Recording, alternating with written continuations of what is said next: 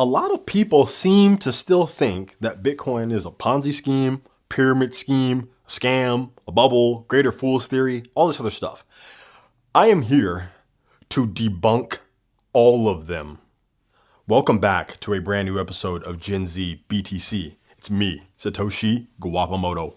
And today we're going to be going over, is Bitcoin some sort of gigantic, humongous global scam that's been running for 16 years now, which would be quite impressive. I have good news. It's not. As we can see, I've drawn a pyramid here. This is maybe the best sketch of a pyramid ever in history. I am the greatest artist on YouTube.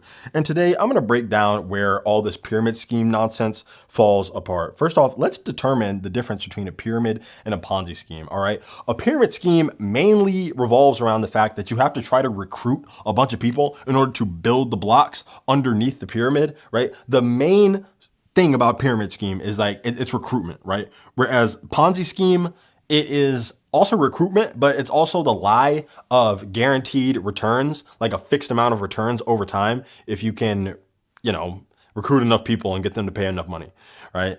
So what's issue number one with this whole thing? Issue number one, okay, is that Bitcoin has no centralized operator, right? There is no top of the Bitcoin pyramid, right?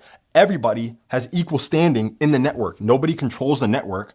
There was no one telling people to go out and do certain things with the code or with the network or to buy or to sell or whatever. There is no centralized authority. In fact, Bitcoin is the opposite of a pyramid scheme or a Ponzi because it is decentralized. Like there is no leader. Like there's no one running the show. There is no one on top of the pyramid. Like it would not work. It would literally not work, right? So because Bitcoin is decentralized and all actors have the right to come in or to leave whenever they feel like it, as a pyramid scheme, it literally would not work, right? So that's one of the first major issues. There is no operator of the scam. And let's just say some people might say, oh, well, Satoshi was the inventor of Bitcoin. He released the Genesis block in 2009. And he's just waiting on the sideline somewhere for 16 years, by the way. He's just waiting on the sideline somewhere, and he's going to dump all his coins and steal all the coins from everyone. It is not possible for that to happen. The way that Bitcoin was invented was that no single person has more power than anyone else in the network. Everybody has equal footing. This is why I always say Bitcoin is like equity for everyone. If you're poor, if you're rich, everyone has the same amount of power and influence in the network. Having 1 million coins does not change anything about your stake in the network. It just means you have more coins, but you can't change it. You can't control it. You can't do anything else that I can do, right? Even though I don't have 1 million coins, I can still do all the same stuff that you can do in the network. It's very equitable, right? The only thing that people have in terms of an advantage are the people who understand it first. You might be able to get in before other people because other people are going to continue to run to this asset. Number two, right? The promise of returns. Bitcoin doesn't promise any returns. Okay. Satoshi literally wrote in the early days, Bitcoin's either going to 0 or it's going to 1 million, right? The transaction volume will either be 0 or it will be millions. Everyone understands this. Like when you start a business, your business is either going to go to 0 or it's going to go up. Like it can't really do anything else but that. You have really two options. And that's the same with any business, any market, any invention, okay? Like Twitter was either going to have users or it was not going to have users. Tumblr was either going to have users or it was not going to have users. MySpace was either going to have users or it was not going to have users. Turned out MySpace did not have users, right? It might have at first, eventually people moved on. That's just the way that things go. You take on an inherent risk whenever you are trying to be an investor, right? That's just the way the game goes. All right. Number three, Bitcoin is not recruitment based. All right. It doesn't really matter whether people like me can get people like you into the network, right? It doesn't need me out here trying to recruit people. I do this because I want to try to educate people because I realize that there is a massive wave of inflation that is destroying people. And I would like it if you were not getting poorer every day. That would make me really happy, especially if I was the reason that I was able to give you some information that could potentially change the way that you look at investing and also change your economic standing, right? But whether I'm doing this or not, Bitcoin was going up, right? Back in 2010, 2011, 2012, no one was talking about Bitcoin, but it was still going up because there was a circular economy, right? As long as there are people using Bitcoin, you don't need any new people. We could stop adoption today, all right? And the price would still just be around where it's at. It would just be circularly used, right?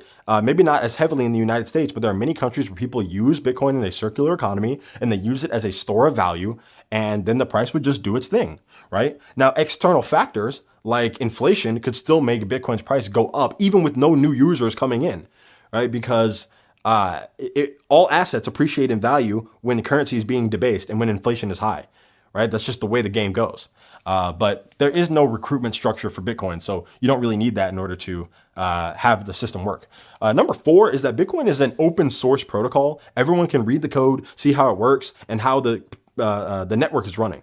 Right? The problem with a Ponzi scheme and a pyramid scheme is that the inner workings are very much hidden, right? Because you don't actually want people to figure out what's going on behind the scenes. Otherwise, people might actually leave and then they would stop funding the Ponzi scheme. They would stop funding the pyramid. The whole thing would collapse underneath you and you would have no more brokies to trick into your little scheme. All right. So since it's very transparent, it's really hard to try to trick people because there's really no trick to it. It's just the way that the protocols run. It's open source.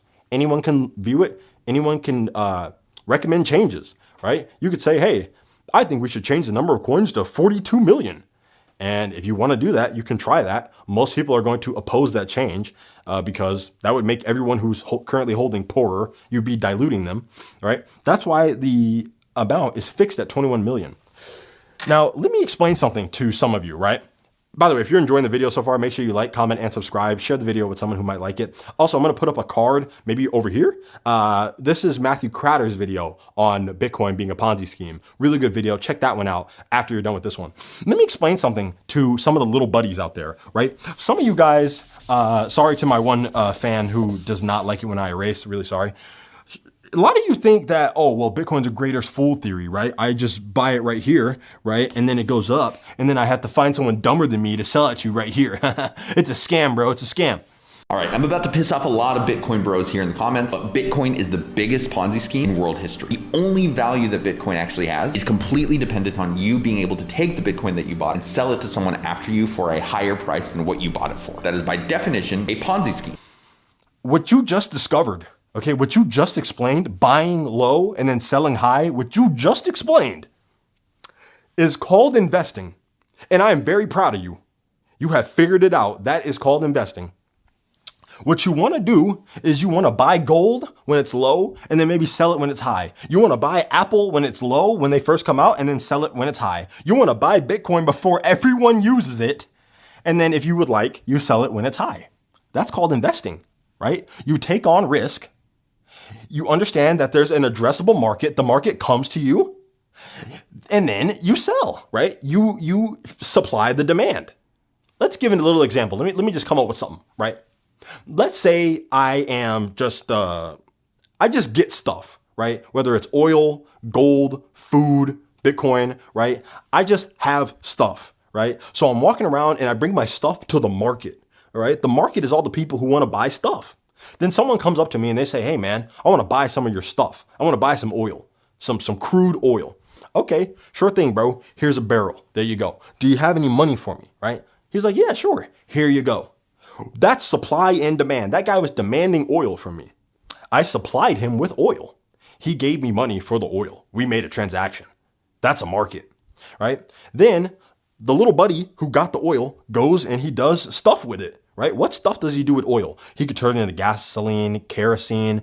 He could turn it into nail polish. He could turn it into plastic. You can do a lot of stuff with crude oil, right? Then other people see him doing stuff with that stuff. And they're like, hey man, where do you get that stuff from? You're doing stuff with that stuff. How do you do that? Then he's like, hey, listen, that guy over there, he has stuff. All right. And you can do stuff with the stuff. So you should go ask him for stuff. Then more people come to me asking me for stuff. And they're like, hey man, I heard that you got stuff and I want to do stuff with stuff. So I need stuff. And I'm like, look, bro, I don't have any more stuff. I need to go get some more stuff.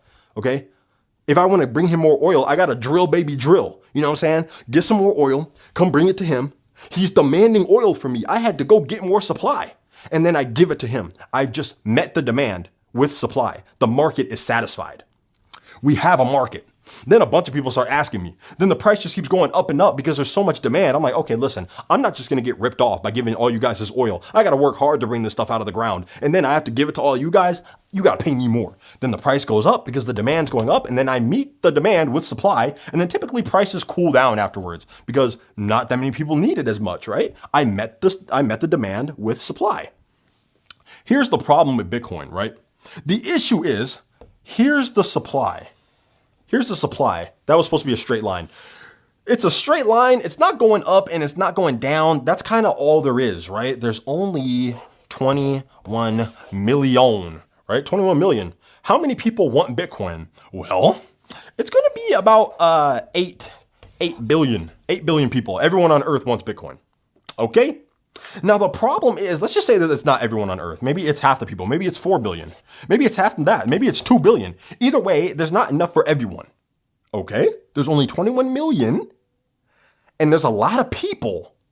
And they're all coming to me. They're like, hey, I want Bitcoin. I got Bitcoin. And I'm over here. I'm like, look, bro, I have no more left. There is none. Okay? BlackRock just bought 1 million, right? Michael Saylor just bought 1 million. The United States just bought 1 million. Argentina just bought 1 million. Russia just bought 1 million. Bro, there is no more left for you. I'm sorry. There are 60 million millionaires in the world. 60 million. There's only 21 million Bitcoin. There is not enough Bitcoin for every millionaire to even have half of a Bitcoin. Every millionaire cannot have half of a Bitcoin. They cannot. So what's going to happen to the price? When all these people realize, oh, wait a minute, they're destroying the US dollar. They're printing the dollar so much that inflation is going up and up and up and up. All the inflation's going up. How do I escape inflation? How do I beat inflation? I need something that cannot be printed out of thin air and something that goes up even faster than the rate of inflation. I need Bitcoin. I need neutral money that's not controlled by anyone. Remember, it has no top of the pyramid, right? Whereas the top of the pyramid in the United States is the federal government. It's the Federal Reserve. They control the money, right? That's a bit of a problem. It's very centralized. And if they don't like you, then they can essentially rob you by not paying you, right? That's what they did to Russia. That's what they've done to many countries throughout history. Whether you like it or not, they can choose to just not pay you back. And because the dollar is so centralized and it's being printed away, countries are starting to realize, you know what? I don't want to be under the thumb of the United States or the IMF. I think I'm going to buy Bitcoin. Countries tend to have a lot of people inside of them. And then those people, those citizens, also end up wanting some Bitcoin. So the issue is I cannot address the market's demand with supply. So what has to happen is the market demand needs to be met with price. The people who hold Bitcoin need to be persuaded into selling. So the market does this by raising the price to like 10 million per coin, hoping that someone will sell. And most people will. Most people will do that. But then there's people who aren't even born yet who are trying to get Bitcoin, right? And then those people will have to try to probably work for Satoshis because people aren't just going to keep using dollars to buy Bitcoin. Long story short, man, this kind of went off the rails and turned into why Bitcoin is so demanded. But essentially, Bitcoin can't be a Ponzi because it embodies everything that is the opposite of a Ponzi scheme, right? If you try saying greater fool's theory, then again, little buddy, you just discovered investing. I am extremely proud of you. Well done. Okay. Buy stuff low, sell it high when everyone figures out what it is. You buy Apple when no one knows what it is. You buy Amazon when people still think it's just a silly little bookstore, right? You buy Facebook when people think it's just a hot or not dating site. Okay. And then you sell it when it's the biggest thing in the world. You buy Bitcoin now while people literally think it's a scam. You buy it when people think it's a scam. And then when it's the biggest thing in the world, feel free to sell it. I'm just saying, okay? That's free game. Don't get mad at me. Don't hate the player, dog. Hate the game. This has been Gen Z BTC. If you enjoyed that video, then make sure you like, comment, and subscribe. If you're looking to get started on your Bitcoin journey, then feel free to look in the description for 2 of the most trusted places where I personally buy Bitcoin, which is Swan and Strike. Thank you guys so much for watching, and I just appreciate everyone. The channel is growing so fast. We're getting to 1,000 subs before the end of the year. Thank you so much, and I'll see you in the next one. Stack sats or die trying.